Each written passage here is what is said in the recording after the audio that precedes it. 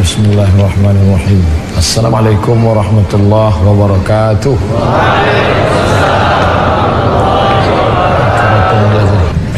Bersyukur kita kepada Allah dengan mengucapkan Alhamdulillahi Rabbil Alamin. Berselawat kepada Rasulullah dengan ucapan Allahumma salli ala Sayyidina Muhammad wa ala ali Sayyidina Muhammad. Innahum fityatun amanu bi rabbihim wa zidnahum huda. Itu penjelasan Allah tentang Ashabul Kahfi. Fityatun, anak muda. Sifatnya bagaimana? Amanu bi rabbihim, percaya kepada Allah Subhanahu wa taala. Masa muda salah satu dari rangkaian perjalanan kehidupan. Dari alam roh pindah ke alam rahim, pindah ke alam dunia, masa kanak-kanak, masa remaja, masa dewasa, masa tua, sakit, mati. Semua orang pasti melewati masa muda. Tidak ada orang yang lahir langsung tua. Oleh sebab itu maka di antara yang akan ditanya nanti di padang mahsyar, hafal semua Bapak Ibu adik-adik ayatnya, la tus'alunna yauma idzin 'anil na'im. Kamu semua akan ditanya tentang nikmat Allah. Satu di antara nikmat yang ditanya itu adalah an syababihi fima ablah, masa muda. Masa muda kemana kau habiskan? Kenapa tidak ditanya masa tua? Masa tua tidak perlu ditanya, karena masa tua memang sudah saatnya beribadah. Kalau ada orang tua tidak juga beribadah, mau mati jadi apa? Jadi hantu. Oleh sebab itu maka masa muda inilah masa muda, darah bergelora, hawa nafsu bergejolak, godaan banyak. Maka masa muda ditanya. Kelebihan Ashabul Kahfi, innahum fityatun, mereka anak-anak muda. Ingat, kalau Allah Ta'ala berikan nikmat akan ditanya di mana letak detak jantung, hembusan nafas, paru-paru, buah pinggang, otak, mata. Inna sam'a, pendengaran, wal basar, mata, wal fuad, hati dan pikiran. Kullu ulaika kana anhu mas'ula. Semua akan disoal, semua akan ditanya. Tapi pertanyaan yang khusus an syabab, syabab, masa muda. Sab'atun yuzilluhumullah, 7 golongan yang akan mendapatkan naungan Allah. Yauma la zilla illa zilluh, hari itu tak ada naungan kecuali naungan Allah. Siapa yang akan mendapatkan naungan itu? Syabun, anak muda, nasya'a fi ibadatillah, anak muda yang tumbuh dalam ibadah kepada Allah Subhanahu wa ta'ala. Sekarang alhamdulillah saya melihat kebangkitan dari anak-anak muda. Di mana-mana masjid saya ceramah, yang hadir itu anak-anak muda. Siapa yang tidak percaya, hadirkan lembaga survei Indonesia, hitung berapa yakin dan percaya bahwa yang hadir subuh ini pasti lebih banyak anak muda. Pukul rata saja wajah anak muda. Takbir nanti udah ada yang agak-agak ngantuk baru. Sekarang masih segar lagi. Saya menyampaikan materi 60 menit. Yang saya sampaikan terukur, waktunya terukur, tak pernah lebih dari 60 menit. Isinya terukur, tak pernah keluar daripada tema. Jadi tidak perlu khawatir. Insyaallah selamat sampai awal sampai akhir. Lalu kemudian pertanyaan jelas, apa yang mau ditanya tanya. Kalau mau mengajukan pertanyaan yang berkualitas. Nah, pertanyaannya, Ustadz, bumi rata apa peta apa bulat? Itu tidak menambah iman, tidak menambah etos kerja, tidak menambah ibadah. Tanyalah pertanyaan yang berkualitas, yang membangkitkan semangat hidup. Ustadz, Nabi Adam nikah sama Hawa, Pak kuahnya siapa? Apa kau tanya-tanya itu? Tanya yang kira kita membuat kita dekat kepada Allah Subhanahu wa taala. Inilah masa muda yang penuh dengan tantangan, tapi anak muda tumbuh kepada Allah Subhanahu wa taala. Di mana kita berpedoman? Man qara'a surat Al-Kahfi, siapa yang membaca surat Al-Kahfi yaumal jumu'ah, hari Jumat, pagi Jumat, petang Jumat, siang Jumat, hari Jumat, malam Jumat, adha'a lahu min nur, Allah berikan dia cahaya, nur, ma bainal jumu'ataini, dari Jumat ini ke Jumat berikutnya, dari Jumat berikutnya ke Jumat setelahnya, dari Jumat setelahnya ke Jumat depan, kita diberikan the likeness, pencerahan dari Allah Subhanahu wa taala, nur. Itu dengan membaca surat Al-Kahfi, dan di dalam surat Al-Kahfi itu ada bercerita tentang ashabul kahfi. Ashab, orang-orang, ashabun nar, orang-orang penghuni neraka, ashabul jannah, orang-orang penghuni surga, ashabul kahfi, orang-orang penghuni gua. Masalah guanya di mana tidak perlu dicari. Saya khawatir anak-anak muda nyari gua begitu sampai di dalam tidur juga. Untuk tidur nggak usah nyari gua di masjid, bisa. Ashabul kahfi fityatun, sifatnya amanu, beriman. Yang dia imani siapa? La ilaha illallah. Jadi sifat anak-anak muda ashabul kahfi itu yang dikedepankan imannya, bukan fisiknya. Itulah anak muda yang ganteng-ganteng, tak ada. Itulah anak muda yang tubuhnya perkasa, tak ada. Itulah anak muda yang bajunya hebat, mahal, tak ada. Tapi yang dikedepankan adalah bukan physically, tapi non-fisik, metafisik yang ada di balik tubuh itu. Banyak kita lihat gagah, perkasa, tegap, ganteng, tapi homo. Itu apa? Allah melam, bukan main, kita mesti wow, amazing.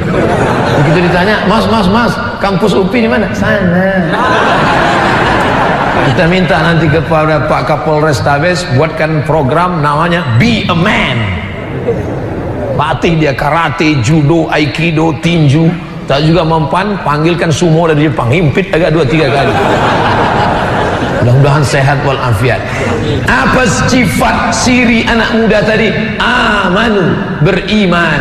Iman yang membuat kita menjadi kuat.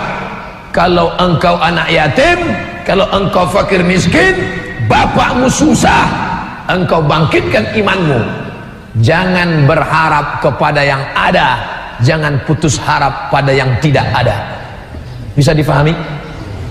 Jangan berharap pada yang ada, jangan putus harap pada yang tidak ada. Kalau bapakmu kaya, rumahnya besar, mobilnya banyak, jangan berharap pada yang ada, karena besok pagi boleh jadi dia ditangkap KPK. Tapi jangan putus harap pada yang tidak ada. Kalau bapakmu susah, melarat, anak yatim, bahkan mungkin bapakmu tidak ada sama sekali, jangan putus harap pada yang tidak ada, karena ada dia yang maha ada. La ilaha illallah. Itu yang membuat engkau yakin dan percaya. Jadi kalian anak-anak muda, kalau nanti didudukkan di depan jenderal, di depan kiai, di depan tokoh masyarakat, yang kalian bangkitkan semangat itu. Karena kalau kalian lihat diri kalian, kalian akan down, jatuh. Berikut ini kata sambutan dari Presiden BEM. Bapak-bapak, dia down. Bangkitkan semangatmu. Engkau wahai penguasa, engkau wahai orang kaya, detak jantung sama dengan jantungku, matamu sama, semua pemberian Allah. Tapi jangan diomongkan, dalam hati aja. Dalam hati begitu kata sambutan, Bapak, apa ini, gila kan? Jadi bangkitkan. Innallaha la yanzuru ila ajsamikum. Allah tidak menengok bentuk tubuh kamu, Allah tidak melihat badan kamu, Allah tidak melihat rupa wajah kamu. Yang dilihat Allah adalah hati kamu. Di dalam tubuhmu ada segumpal. Idza salahat salahal jasadu kulluh. Kalau yang segumpal itu baik, maka yang lain ikut menjadi baik. Wa idza fasadat, kalau dia rusak, yang lain ikut menjadi rusak. Itulah yang dipandang Allah. Letak iman, letak marah, letak cinta, letak suka, letak duka. Kalau nampak laki-laki sedang termenung sedih, gimana letak sedihnya? Apakah di mata? Apakah di telinga? Tidak. Sedih itu ada di dalam. Itu yang mesti kau bangkitkan. Itu yang tidak bisa dibangkitkan oleh motivator. Diundang motivator, dibuat di acara di ballroom convention hall, dimatikan lampu, dihidupkan audio visual. Semangat, semangat, semangat. Begitu keluar, letoy loyo lesu. Itu yang tidak bisa dibangkitkan narkoba. Artis-artis down, tidak bisa menatap dunia. Tapi begitu dia pakai, langsung ke depan. Are you ready to rock? Selesai kalau narkobanya down, kurang dosis, tambah lagi, tambah sakau, mati. Apa yang membuat engkau semangat? Iman. Iman itu yang membuat Bung Tomo lantang berteriak Allahu Akbar. Iman itu yang membuat Yusuf Makassar dicampakkan dari Sulawesi Selatan, bukan tanggung-tanggung, nun jauh di sana, di kampungnya Nelson Mandela di Cape Town, Afrika Selatan, dibuang oleh Belanda, tidak berduka, malah dibangunnya masjid besar di sana yang dibantu oleh Presiden Republik Indonesia, tegak berdiri di Afrika Selatan. Apa maknanya? Iman tidak membuat engkau berduka, pujian tidak membuat melambung, hinaan tidak membuat murung. Kalau pujian membuat engkau cerah, tiba-tiba hinaan membuat engkau down, berarti engkau belum beriman. Tidak ada beda di dalam pandangan matamu between lovers and haters. Ini baru update status sekali, langsung cari berapa like-nya, yang gini berapa, yang gini berapa. Tidak usah pedulikan itu, karena engkau beramal bismillahi tawakkaltu ala Allah la haula wala quwata illa billah. Ciri sifat pemuda Ashabul Kahfi pertama, fitsyatun. Yang pertama, dia mesti muda. Mohon maaf bapak-bapak yang tua-tua, kalau mau pulang aja lah. Jangan. Walaupun bapak sudah tua, tentu bapak punya anak muda. Yang nggak punya anak muda, paling nggak punya bini muda. Maksudnya yang tua meninggal. Ibu, maaf. Bukan kumaha tuh, jangan.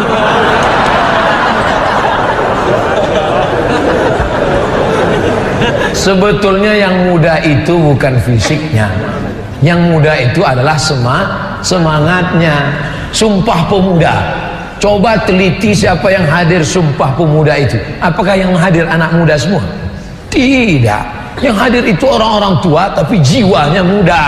Kadang-kadang kita melihat ada anak muda tapi isi di dalam panti jompo, bawaannya mau mati, letoy, duduk di kantin, lontong sayur sampai dingin. Pas ditanya, dek, kok nggak dimakan? Lagi galau, Bu. La ilaha illallah Muhammad Rasulullah. Saya aja yang sudah tua begini, duduk saya di kantin, kenapa kamu galau? Dia nggak balas SMS, WA nggak dibalas, telepon nggak diangkat, SMS didiamin aja. Akhirnya saya susah. Saya aja yang sudah tua, tidak ganteng, kurus, hitam, duduk 5 menit di kantin, bolak-balik anak-anak gadis itu lewat aja. Ciri yang pertama, jiwanya muda. Yang kedua, di dalam dirinya ada iman. Iman itu yang membuat engkau tidak percaya astrologi. Ini anak muda masih percaya astrologi. Mohon maaf ya yang kita nggak jadi nikah. Kenapa? Ternyata setelah saya teliti, bintang kamu Pisces ikan, sedangkan aku Taurus kambing. Nampaknya kambing kalau dekat-dekat ikan masuk angin. La ilaha illallah. Engkau masih percaya dengan ikan. Engkau businessman, entrepreneur, datang lawan bisnismu ngajak, gimana bro deal pagi ini? Bentar ya, buka laptop dulu, langsung www.ramalan.com. Di mana letak iman? Di mana letak tauhidmu? Tauhidmu berkata la ilaha. Tidak ada pohon rindang, tidak ada bukit yang tinggi, tidak ada danau yang ada penunggunya, tidak ada berkawan dengan setan. Ini anak muda masih berkawan dengan setan. Pakai keris kecil ini, letakkan di dalam dompet, nanti kau punya percaya diri. Kalau mau menghadap jenderal-jenderal, mau menghadap pejabat-pejabat, mau menghadap orang-orang besar, masukkan di dalam dompet. Rupanya salah pasang, pas duduk patah, tertusuk pantat. Baru tahu tidak ada itu semua, itu benda saja. Ngapa orang membesarkan benda?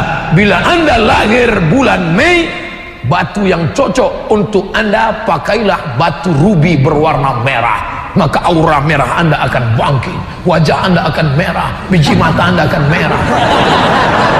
Kalau cuma biji mata merah, ikan busuk pun merah. Tidak usah lagi percaya dengan itu semua.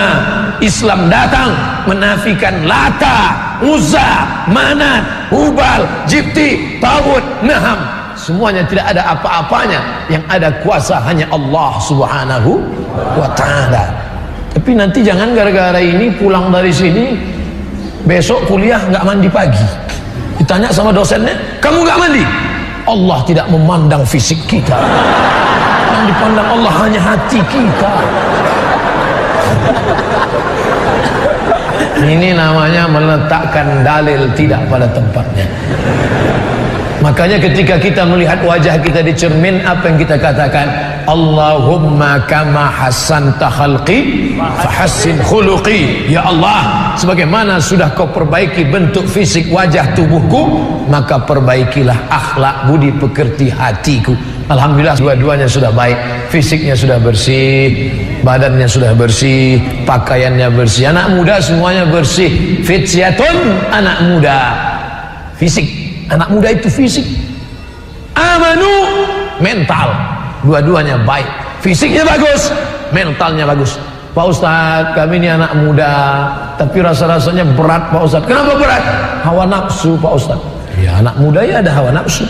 Kakek-kakek 70 tahun aja ada hawa nafsu. Ada hawa nafsu. Jadi gimana mengendalikan hawa nafsu ini Pak Ustadz? Alimu auladakum as-sibahah, berenang, warrimaya, memanah, warukubul khail, menunggang kuda. Alhamdulillah ketika saya datang ke Bandung, diajak oleh Pak Agim nunggang kuda. Mahal Pak Ustaz, berkuda ini mahal. Oke, memanah murah. Saya di rumah alhamdulillah ada busur 2, mereknya Casio, dikasih orang. Kemarin waktu saya ke Papua, mohon maaf, ada teman yang SMS, tolong titip 3. Yang pertama apa itu? Supit. Yang kedua panah. Yang ketiga yang berat, koteka. Akhirnya yang saya beli cuma 2 aja, panah dengan sumpit. Oleh sebab itu maka memanah ini anak-anak muda, memanah. Pak Ustadz, mana pun mahal juga busurnya. Jadi olahraga yang cocok untuk apa kami? Berenang. Pagi naik ke atas jembatan, pulang keluar. Insyaallah berenang agak 2 jam. Puasa sunat, yang nafsunya bergejolak, awan nafsu puasa sunat. Senin, Kamis, Senin, Kamis, Senin, Kamis. Apalagi anak-anak kampus, kalau sampai 8 hari ini nggak makan pagi, udah 800.000 bisa disimpan. Safe. Wah, insya Allah kalau kalian puasa sunat, nafsu ada, tenaga nggak ada. Jadi ketika kawan, bro, ada cewek cantik tuh, udah nggak kelihatan. Awalnya udah lemas aja dah. Itu yang pakai baju merah, kayak semangka. Jam-jam segini kalau ngeliat baju hijau kayak mylon aja semuanya. Artinya apa? Ini hawa nafsu. Fityatun, mereka anak muda, amanu, imannya kuat, wazidnahum huda, kami berikan mereka hidayah. Kami memberi mereka hidayah. Tapi ini jangan dibalik. Ini banyak anak muda yang balik. Bro, ente nggak sholat, Allah belum beri saya hidayah. Ente masih pacaran. Itulah sebenarnya saya sudah lama mohon pada Allah, tapi hidayah belum datang juga. Ini orang yang begini otaknya melintang. Siapkan cawannya, siapkan gelasnya, airnya akan diturunkan Allah Subhanahu wa ta'ala. Maka ajak kawan yang belum ngaji, Ustaz Somad itu LCMA, dia ustaz, tapi Abdul Somad hanya menceramahi orang yang sudah sholat, orang yang sudah baik. Betul? Ini yang di depan saya ini kan orang baik-baik semua nih. Biasa orang baik nggak ngaku. Tapi di sana masih ada anak muda yang masih pacaran, masih ada anak muda yang belum tersentuh masjid, masih ada anak muda yang belum sholat, masih ada anak muda yang pakai sabu-sabu narkoba. Siapa yang menyentuh dia? Kalian yang menyentuh dia. Sentuhlah dia tepat di hatinya, dia akan milikmu untuk selamanya. Oleh sebab itu maka kalian yang ngajak dia, bro, ente kapan sholat? Dengan bahasa yang santun, ya sholat ya. Hari kedua nggak juga berhenti, ente kapan sholat? Nggak juga, aku ada cerita dong. Apa ceritanya? Dulu temanku itu kaya, punya uang banyak, motornya hebat, pacarnya cantik, nggak sholat. Sekarang mana dia? Mati.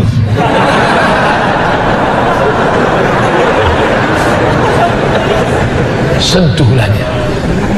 Satu orang dapat hidayah karena lidahmu, satu orang dapat hidayah karena mulutmu. Khairum min humurin na'am, lebih baik daripada kau memiliki seekor onta yang merah. Onta merah kendaraan termahal zaman Nabi. Kalau sekarang mungkin sedan Ferrari, harga 5 miliar, pintu cuma 2. Ternyata mobil ini makin dikit pintunya makin mahal. 2020 keluar mobil nggak pakai pintu sama sekali, melompat aja langsung ke atas. Itu bukan urusan kita, itu urusan desainer dari Jepang. Surat menyuratnya, urus segera ke kantor kepolisian. Kalau pakai sepeda motor, yakinkan bunyi klik baru jalan. Pesan dari Kapolda. Urus surat menyurat. Saya di kemana-mana surat tetap saya bawa. STNK, SIM A, SIM C tetap ada. Walaupun saya naik pesawat. Mana tahu sampai di satu daerah tiba-tiba supir drivernya sakit perut, yang lain nggak ada, kita yang bawa kan. Jadi jangan sampai kita ditangkap polisi. Walaupun saya sudah foto sama Pak Kapolres Tabis, fotonya saya simpan. Mana tahu satu saat, prit, ini foto. Yang dimulakan Allah SWT. Fisik jaga, iman kuatkan. Allah yang akan menambah hidayah itu. Berada di tempat yang baik, bersama orang baik-baik, membicarakan yang baik, mengkaji yang baik, full. Ini iman sedang fullnya nih, full di tempat yang paling baik, masjid, bersama orang baik, anak-anak muda yang beriman, membicarakan yang baik-baik tentang Ashabul Kahfi di waktu yang terbaik. Iman full. Berada di tempat yang tidak baik, dengan orang yang tidak baik, di tempat yang tidak baik, membicarakan yang tidak baik, iman dalam keadaan. Untung alatnya belum ada sekarang. Andai pemerintah Jepang, Korea menemukan alat detektor iman itu dan kita pakai ke teman kita, no signal. Bayangkan, maka iman yang tidak dapat diukur, iman tak dapat diwarisi. Iman tak dapat diwarisi dari seorang ayah yang beriman kalau tidak kembali pada Allah. Saya kan nggak mau ada nyanyi nih. Kalau mau udah lama album saya laku. Pelajaran yang pertama, fisiknya sehat, anak-anak muda. Pelajaran yang kedua, imannya kuat. Pelajaran yang ketiga, karena fisiknya dijaga keseimbangan, balance, maka hidayah datang kepada mereka. Pelajaran yang keempat, anak muda yang di dalam gua itu sendirian atau ramai-ramai? Ramai-ramai. Mereka beramai-ramai di dalam. Ramai. Apa maknanya? Membuat komunitas.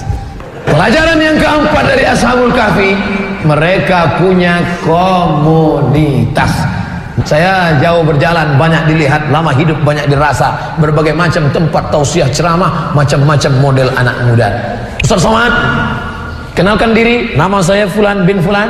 Berasal dari mana? Dari komunitas Jombloan Sejati. Saya Pak Ustaz, dari mana? Dari komunitas anak muda tanpa tato.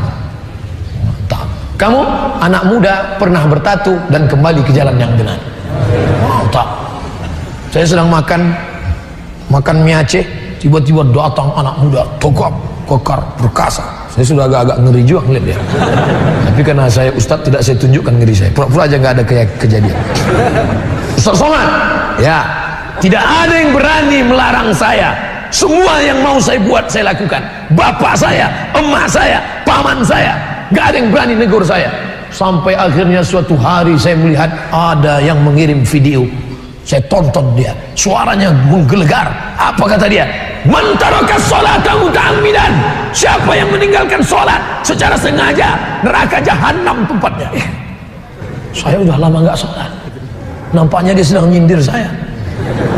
Saya tanya, video siapa? Engkaulah orangnya, Ustaz. Dan hari ini Ustaz, saya sudah lama ingin jumpa dengan engkau Ustaz. Dipeluknya saya, dia tegap, hampir remuk tulang saya.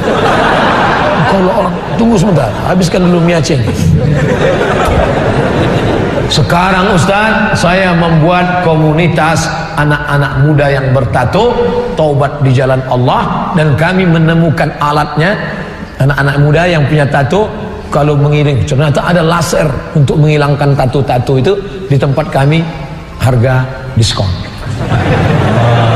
Karena komunitas kami Pak Ustaz. Jadi orang-orang tua yang malu, bayangkan mau pergi ihram, pakai kain ihram kan mesti ditutup itu, mesti dibuka, ittiba namanya. Yang sebelah kiri ditutup, sebelah kanan dibuka. Ada gambar ular kobra.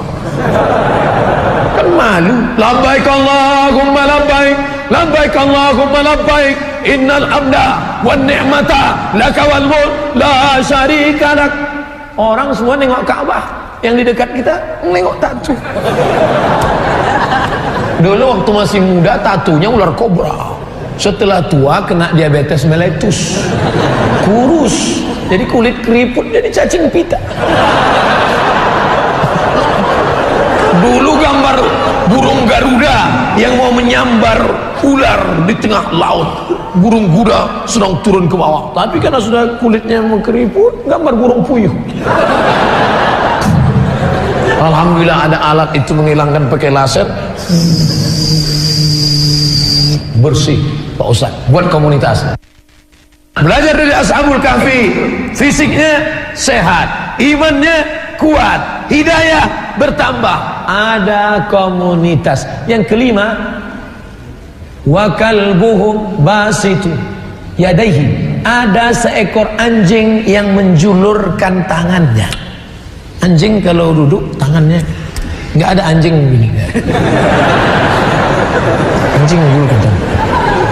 Ini informasi tidak penting. Al-Quran yang mestinya menyebutkan info tentang penting-penting saja. Untuk apa Quran cerita ada anjing tidur bersama Ashabul Kahfi? Untuk apa cerita anjing di sana? Ternyata di balik itu ada cerita. Apa maknanya? Menjadi seekor anjing pun, kalau engkau dekat dengan orang soleh, engkau akan disebutkan dalam sejarah. Cerita ini tentang umat sebelum Nabi Muhammad sallallahu alaihi wasallam. Iktibar yang ingin diambil, walaupun engkau seekor anjing, hina, najis, kotor, tapi kalau engkau berdekatan melayani orang soleh, engkau akan dicatat dalam Al-Quran. Apalah arti seekor anjing? Anjing menggunggung, hina, kotor, tapi karena dia melayani ulama, melayani orang soleh, Ashabul Kahfi, disebutkan dalam Al-Quran. Andai ada anjing menjilat air minum, tumpahkan semua airnya najis, air liurnya najis, lalu kemudian tempat-tempatnya ini menjadi kotor, maka dicuci 7 kali dengan air, 1 kali dengan air yang bercampur dengan air tanah. Apa nih orang Islam? Jadul, ketinggalan zaman, primitif. Sudah ada deterjen, ngapain dicuci pakai air tanah lagi? Ente nggak tahu, ternyata air liur anjing, kotoran babi. Ustadz jangan sebut yang kotor-kotor lah di masjid. Oke, air liur anjing, kotoran babi. Ada sensornya. Itu ada kotoran bakterinya, tidak mati dengan deterjen, tidak mati dengan alat-alat zaman canggih sekarang. Tapi ketika disiramkan air tanah, ternyata di dalam tanah ada bakteri dan bakteri dari anjing dan babi dibunuh oleh bakteri dari tanah. Itu dalam teori kedokteran biasa, bakteri memakan bakteri. Itu yang diajarkan ke anak-anak kita. Jangan yang diajarkan jeruk makan jeruk. Bakteri dari tanah akan memakan bakteri dari anjing dan babi, maka dibersihkan sebanyak 7 kali air.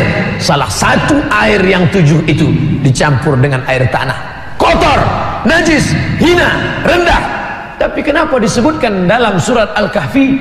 Karena dia bersama orang baik-baik. Abdul Somad ingin memuliakan dirinya bersama anak-anak muda yang masih tulus, ikhlas, murni. Mudah-mudahan Abdul Somad juga bisa masuk surga bersama mereka, insyaallah.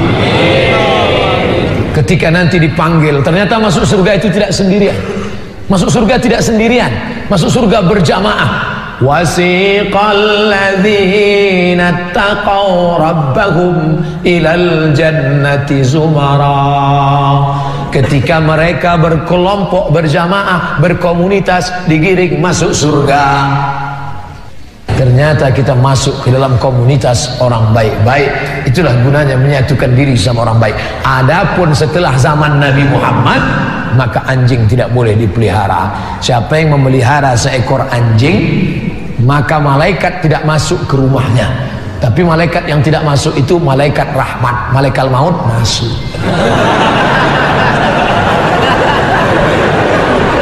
Siapa yang memelihara anjing, satu hari amalnya dikurangi sebesar Bukit Uhud.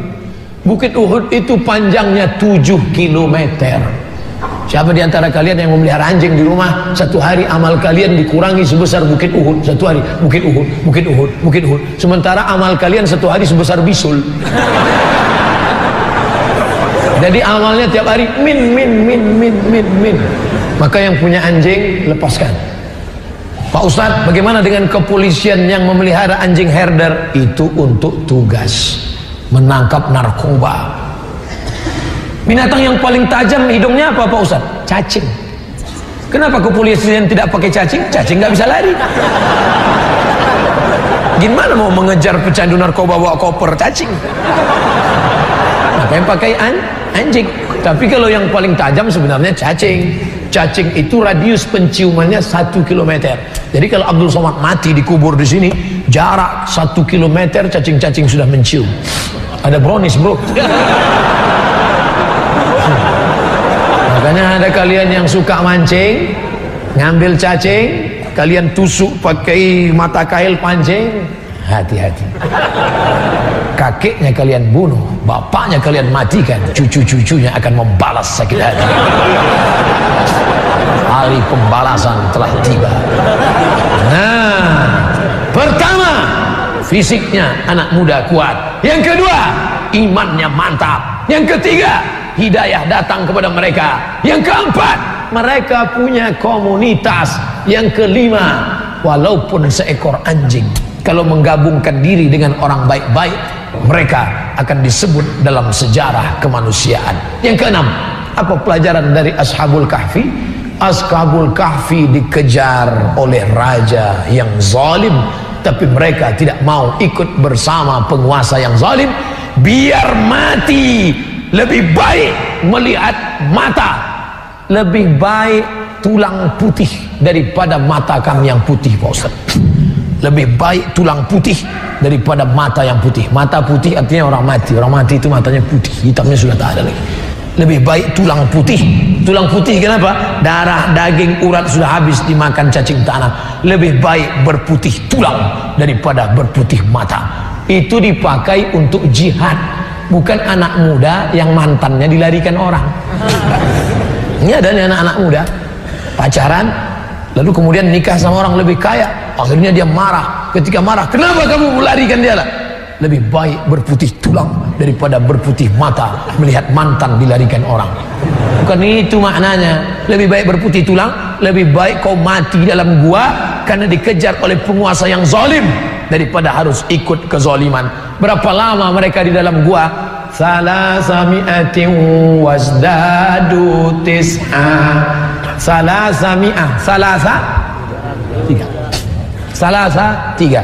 Mi'atin Thalasami'atin 300. Wazdadu tis'a 9. 300 lebih 9. Kenapa enggak 309 aja? Begitu indahnya bahasa Al-Quran. Al-Quran cerita tentang matematik. Kalau dihitung menurut hitungan Qamariyah, menurut hitungan Muharram, Safar, Rabiul Awal, Rabiul Akhir, Jumadil Awal, Jumadil Akhir 309. Tapi kalau menurut hitungan Januari, Februari, Maret, April 300. Makanya kalau ada orang nanya saya, umur Ustadz sekarang berapa? Menurut Qamariyah atau Syamsiyah? Kalau menurut Januari, Februari, Maret, umur saya 41. Tapi kalau menurut Muharram, Safar, Rabiul Awal, Rabiul Akhir 43. Lihat bagaimana Allah bercerita dalam Quran menurut ilmu matematik. Walaupun engkau belajar matematik, Al-Quran bercerita tentang matematika. Berapa lama Ashabul Kahfi di dalam gua? Menurut hitungan Qamariyah 309, menurut hitungan Syamsiyah 300. Karena dari setiap 1 tahun ada kelebihan 11 hari. Apa maknanya? Engkau boleh dikejar penguasa yang zalim, engkau boleh dikejar orang yang punya kekuasaan, tapi kalau Allah mau Dia selamatkan engkau bisa tidur selama 309 tahun. Tapi mereka tidurnya hanya baru merasa seakan-akan tidur sekejap saja. Tiba-tiba mereka terbangun. Dan ciri orang yang tidur kalau terbangun pastilah ngaku lapar.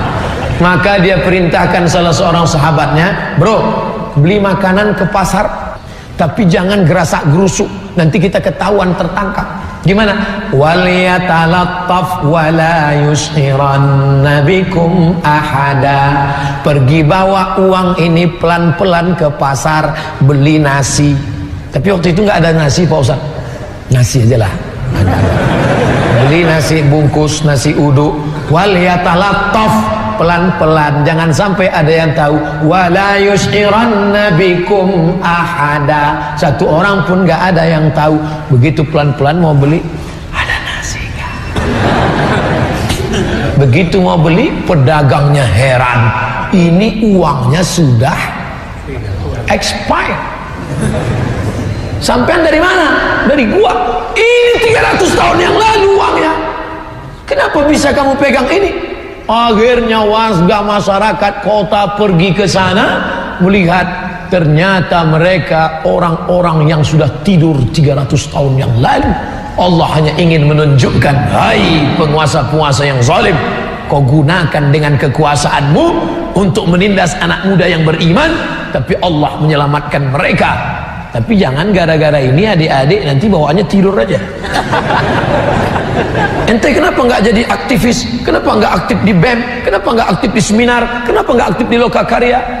Lebih baik berputih tulang daripada berputih mata. Bangkit semangat. Itu cara Allah menyelamatkan. Mukjizat datangnya di akhir cerita. Betul? Mukjizat datang selalu di akhir cerita. Lihat perjalanan Musa alaihissalam sampai di tepi Laut Merah. Firaun mengejar dari belakang. Apa kata pasukan Musa? Ya Musa, inna lamudrakun. Kita pasti tertangkap Musa. Di depan Laut Merah, di belakang pasukan Firaun. Mati kita Musa. Ini nampaknya kita tidak mati kita Musa, habis kita Musa. Kalla, kalla. Sekali-kali tidak. Mereka tidak akan nangkap kita. Inna ma'iya rabbi sayahdin. Allah akan memberikan aku jalan. Akhirnya dipukulkannya tongkatnya. Tiba-tiba terbelah Laut Merah. Kataudil azim. Sisi kiri dan kanannya seperti bukit yang tinggi. Jadi jangan bayangkan tiba-tiba datang jembatan. Bukan. Tapi laut itu, mereka jalan di bawah permukaan laut. Tepian laut itu seperti, Ustaz pernah lewat di situ. Kata orang Mesir, ini kata orang Mesir, nanti kalau naik kapal laut ke Saudi Arabia waktu haji, di mana terasa ombaknya yang besar, terombang-ambing, disitulah tempat Musa memukulkan tongkatnya dan tenggelam Fir'aun di sana. Nanti Abdul Somad, kalau pas kau naik kapal laut menuju Saudi Arabia waktu mau haji tahun 2000, saya pergi haji bersama teman-teman saya, namanya Haji Gelandangan. Hotel nggak ada, makan nggak ada, pokoknya berangkat aja bawa. Sampai pulang, teman saya di Yogyakarta menuliskan kisah perjalanan itu dalam satu novel yang indah, tapi judulnya mantap, Haji Backpacker. Ditulis oleh Agung Irawan, itu sahabat saya di Mesir. Haji Backpacker, dulu Haji Gelandangan. Difilmkan, ada filmnya keluar. Cuman setelah dilihat film itu nggak ada peran saya di situ.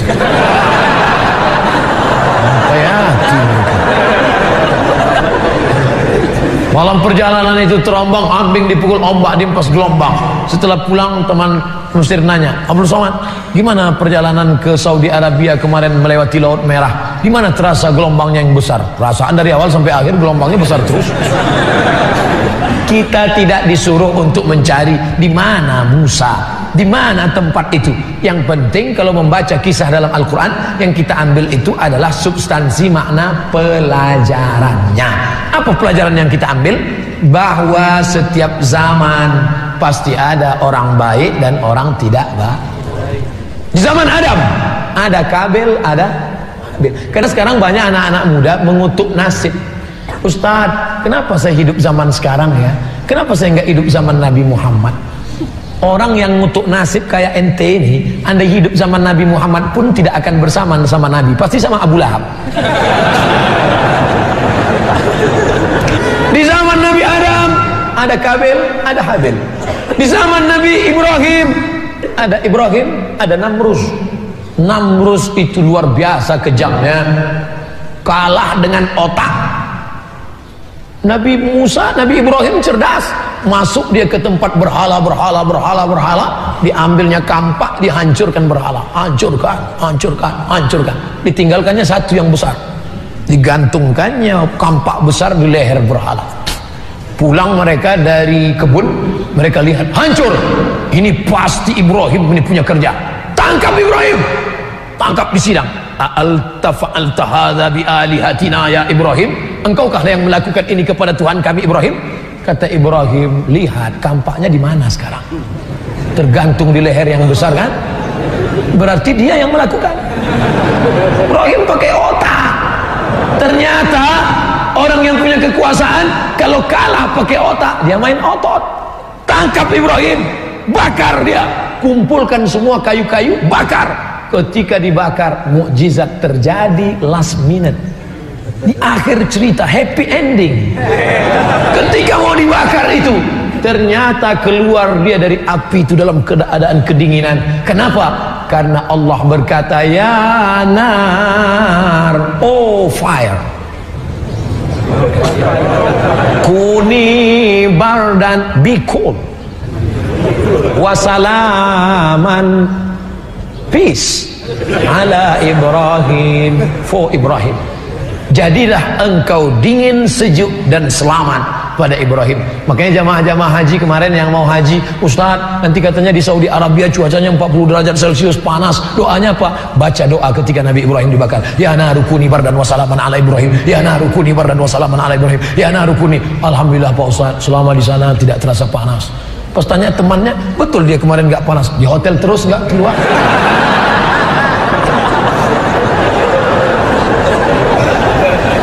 Ternyata yang membakar Ibrahim, apa yang terjadi dengan Namrus? Kematian Namrus jelek, hina, rendah, gak ada apa-apanya. Seandainya ada dulu seorang raja perkasa, matinya disambar geledek, keren kan? Bam! Mati. Enak menceritakannya. Ini enggak, Namrus itu matinya tahu kenapa? Nyamuk.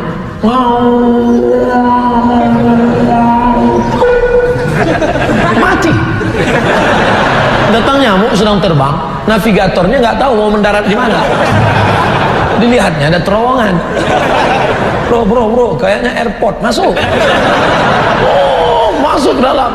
Masuk nyamuk ke dalam, akhirnya Namrud kurang-kurang mati. Begitu Allah menghinakannya. Artinya apa? Ada Kabil, ada Habil, ada Ibrahim, ada Namrus, ada Musa, ada Firaun, ada Isa, ada Herodes, ada Muhammad, ada Abu Lahab. Nanti kalau ketemu teman yang model jahat, beringas, brutal gitu juga, saudaraku, memang dunia ini diciptakan berpasang-pasangan. Ada Kabil, ada Habil, ada Musa, ada Fir'aun, ada Muhammad, ada Abu Lahab, ada aku dan ada kamu. Jadi jangan merasa heran kalau di suatu zaman itu ada saja, karena dunia panggung sandiwara, dan di atas panggung itu ada saja yang 5 itu tetap ada. Ada penguasa yang zalim, Fir'aun. Ada orang kaya yang pelit, Qarun. Ada orang yang hebat, otaknya cerdas, tapi dibuat menjilat kepada penguasa, Haman. Ada ulama, tokoh agama, tapi menggunakan fatwa untuk mendukung Fir'aun, namanya Bal'am. Tapi ada anak muda yang perkasa, selalu tertindas, namanya Musa. 5 itu selalu ada. Lalu kami yang perempuan ini, Pak Ustadz, di mana posisi kami? Iya juga ya. Kita ulang lagi. Kenapa perempuan tidak punya peran? Ada penguasa yang zalim, Fir'aun. Ada orang kaya yang pelit, Qarun. Ada orang cerdas tapi ilmunya diabadikan untuk penguasa yang zalim, Haman. Ada tokoh agama tapi fatwanya dipakaikan untuk Fir'aun, Bal'am. Ada anak muda yang senantiasa berjuang tapi tertindas dan mati dalam perjuangannya, Musa. Lalu kami, Pak Ustadz, tinggal pilih mau jadi istri Fir'aun atau istri Musa. Jadi ganti kalian kalau mau minang anak gadis begitu, sudahkah engkau menjadi istri Musa? Apa kata dia? Aku sudah dipinang Fir'aun.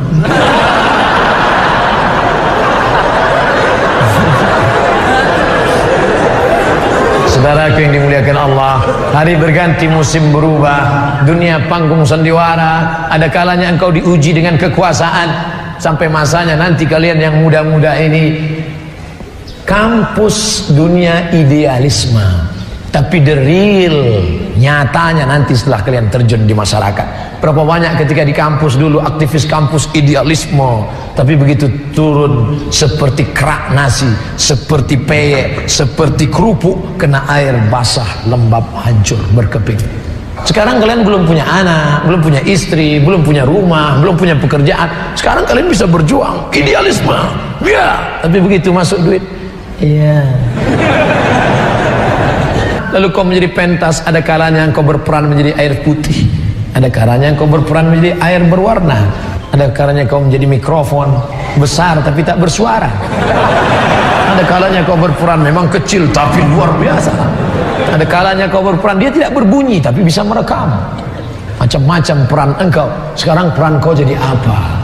Saya pulang nanti mau jadi guru, Pak Ustadz. Jadilah orang yang bisa digugu dan ditiru. Saya mau jadi tentara, Pak Ustadz. Kau akan mengamankan negara ini dari serangan musuh dari luar. Saya mau jadi dokter, Pak Ustadz. Mantap. Di mana belajar? Fakultas Kedokteran. Keren. Banyak anak-anak jadi dokter. Kalau ditanya mau jadi apa? Jadi dokter. Dipaksa pun dia tak mau. Jadi ustadz aja ya? Enggak. Jadi dokter. Sekarang baru saya tahu kenapa anak-anak ini mau jadi dokter. Penjaga malam, pakai senter, baterainya 6, terang, 12 jam kerja malam, gaji cuman 70.000 satu. Tapi dokter baterainya kecil, senternya kecil. Datang pasien suruh buka mulut, buka 2 juta.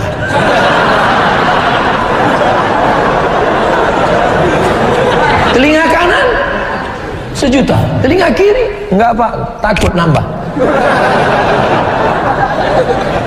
Tukang martelnya palu godang besar, besi, gagangnya kayu, berkeringat dari pagi sampai pukul lompat, 1 hari 50.000. Dokter kecil aja, gagangnya pun seperti lidi, besi kecil. Dia pukul lutut, 7 juta. Lutut 7 juta, siku 2 juta. Pas mau dipukul kening jangan. Itu hanya jalan, saudaraku. Mau jadi dokter, mau jadi tentara, mau jadi ustadz, itu hanya jalan. Tapi nanti sampai masanya yang kekal abadi adalah amal soleh. Sekarang saya nanya, mana yang lebih efisien? Jadi ustadz atau jadi polisi? Ragu jawab kan? Nanti mau bilang ustadz nggak enak sama Pak Kapolres Tabes. Nanti mau bilang polisi nggak enak sama Ustaz. Oke, jangan jawab. Saya cerita aja dulu. Saya jadwal ceramah khotib Jumat. Terlambat. Akhirnya karena terlambat, hari Jumat kalau tablik akbar masih mau nunggu. Kalau hari Jumat Ustaz nggak ditunggu, langsung naik khotib pengganti. Saya terlambat, tentu di sop paling belakang. Begitu masuk masjid sampai di sop paling belakang, sop belakang anak-anak kecil. Melihat saya, mereka ketawa. Tidak ada yang segan sama saya. Mereka nggak kenal, nggak dengar pengajian. Tak lama setelah itu datang polisi. Polisi terlambat juga. Lebih lambat dari saya. Karena mereka menjaga lalu lintas. Begitu lewat Pak polisi, anak-anak itu langsung diam. Ada satu yang mau ribut.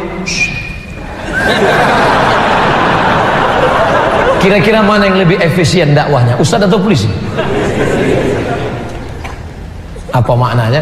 Apapun seragam kalian, itu hanya jalan, wasilah, cara, tapi kalian pakai untuk menolong agama Allah Subhanahu wa ta'ala. Mau PNS, mau BUMN, mau aktivis, apapun, itu hanya jalan, itu hanya sarana, tapi tujuan terakhir adalah li'i'la'i kalimatillah. Maka kalau engkau menjadi anggota dewan, pakai kekuasaan untuk menolong agama Allah. Kalau ingin menjadi penguasa, pakai menolong agama Allah. Ini Ustadz ini kayaknya mau kampanye. Tidak. Saya tidak kampanye. Untuk apa saya kampanye? Saya nggak kampanye jadi pilih orang, hampir jadi. Saya bukan orang politik.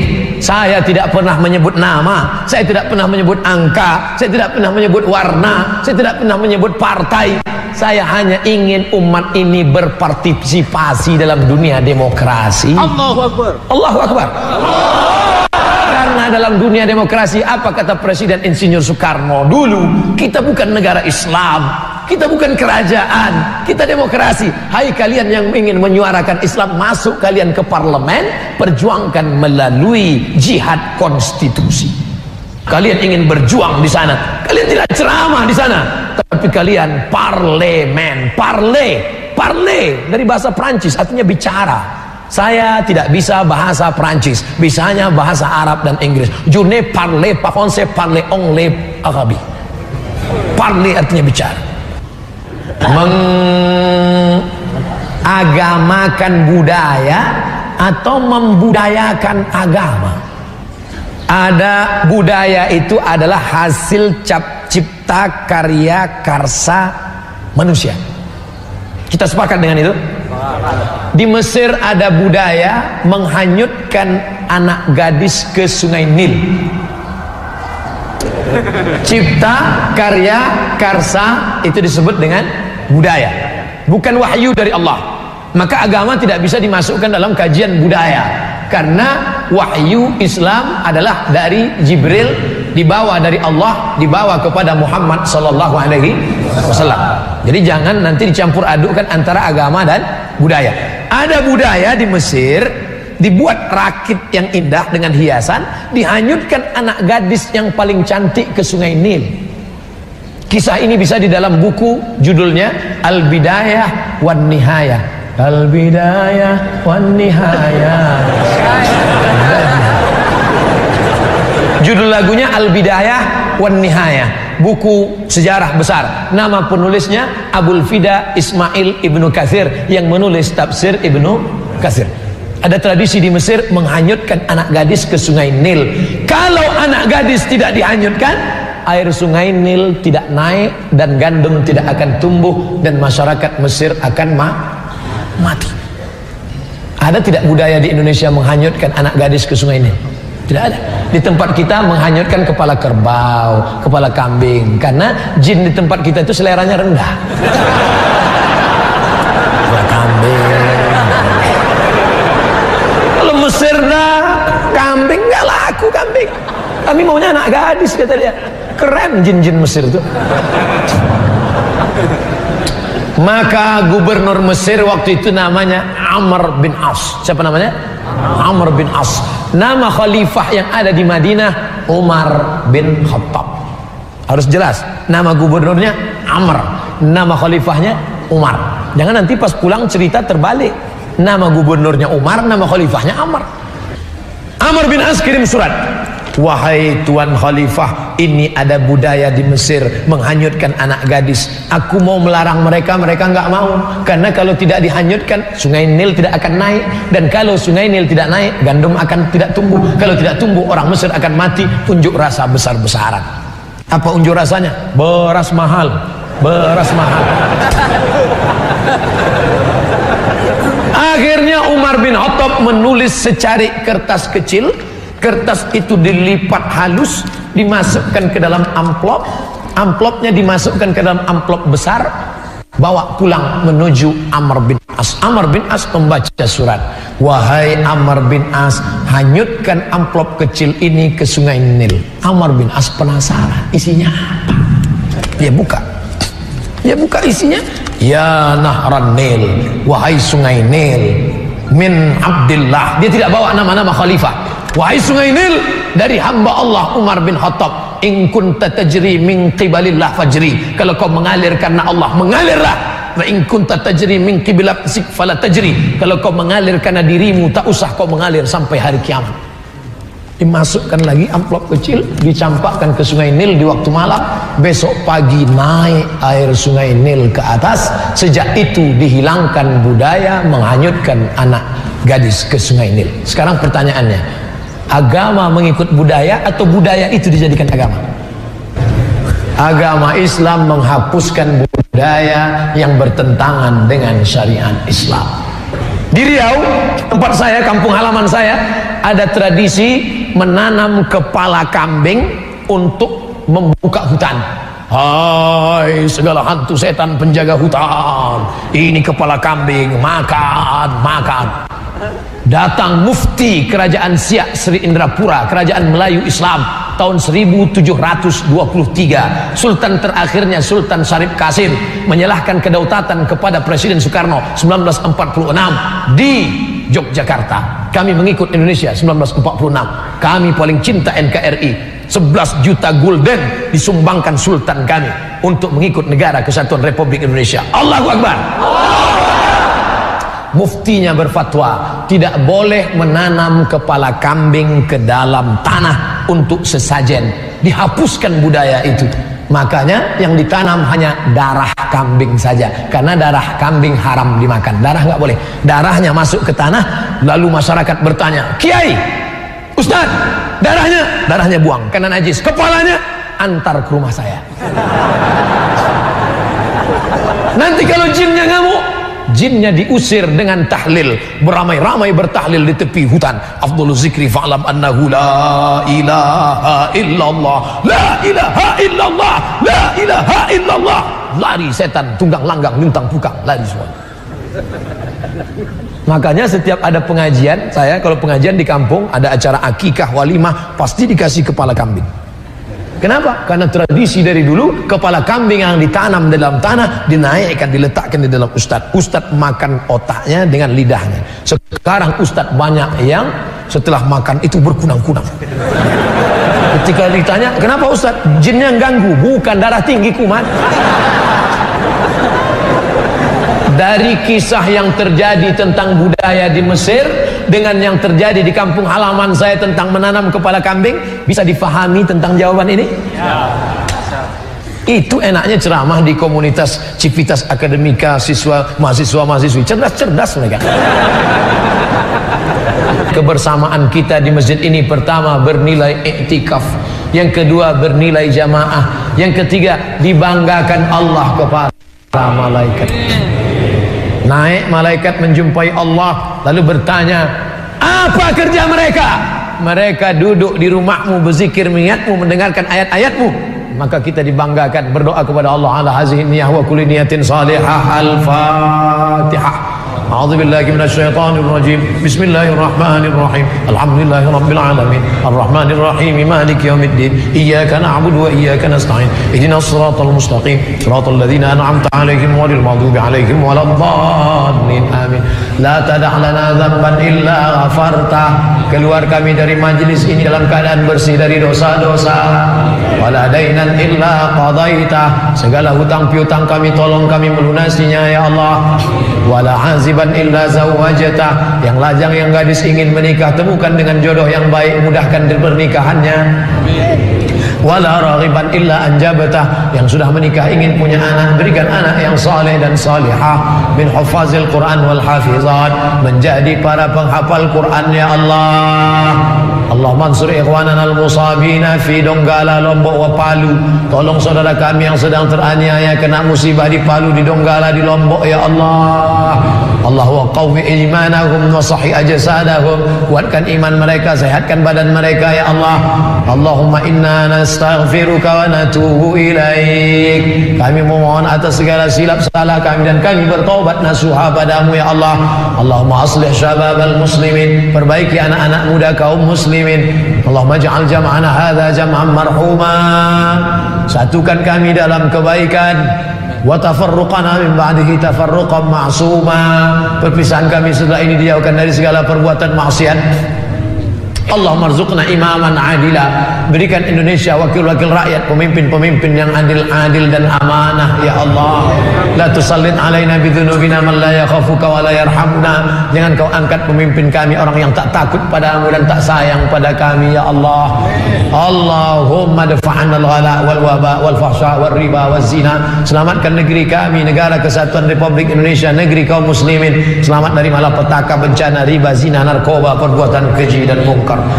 Allahumma khtim lana bi husnil khatimah wa la takhtim alaina bi su'il khatimah. Allahumma ja'al akhir kalamina inda intihai ajalina, jadikan akhir kalam kami ketika ajal kami tiba, yang keluar dari mulut kami nanti la ilaha illallah Muhammadur Rasulullah sallallahu alaihi wasallam. Rabbana atina fid dunya hasanah wa fil akhirati hasanah wa qina adzabannar. Wa sallallahu ala sayyidina Muhammadin wa ala alihi wa sahbihi wa sallam. Walhamdulillahi rabbil alamin.